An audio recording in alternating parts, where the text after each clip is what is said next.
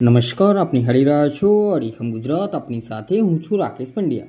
મહીસાગર જિલ્લામાં પ્રોહિબિશનની પ્રવૃત્તિ સામે પોલીસે લાલ આંખ કરી છે.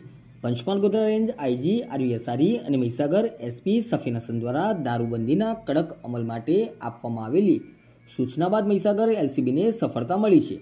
મહીસાગર એલસીબીના પોલીસ ઇન્સ્પેક્ટર એમ કે ખાટના માર્ગદર્શન હેઠળ જ્યારે ટીમ વોચમાં હતી ત્યારે ટીમને બાતમી મળી હતી કે રાજસ્થાનથી એક સફેદ રંગની સ્વિફ્ટ ગાડીમાં વિદેશી દારૂનો જથ્થો ભરીને ડીટવાસ થઈ બાબલિયા તરફ આવી રહ્યો છે.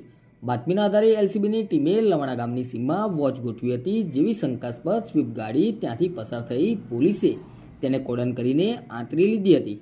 ગાડીની તલાશી લેતા વિદેશી દારૂની બોટલ 267 જેની કિંમત ₹3,57,300 અને મુદ્દામાલ ગાડી સહિત ₹8,77,300ના મુદ્દામાલ સાથે રાજસ્થાનના યોગેશ દેવપુરી ગોસ્વામી રહેવાસી મેવડા ડુંગરપુર તેમજ વિશ્વજીત અભયસિંહ રાઠોડ રહેવાસી ખેરોદા ઉદયપુરની બંને શખ્સોની ધરપકડ કરી છે.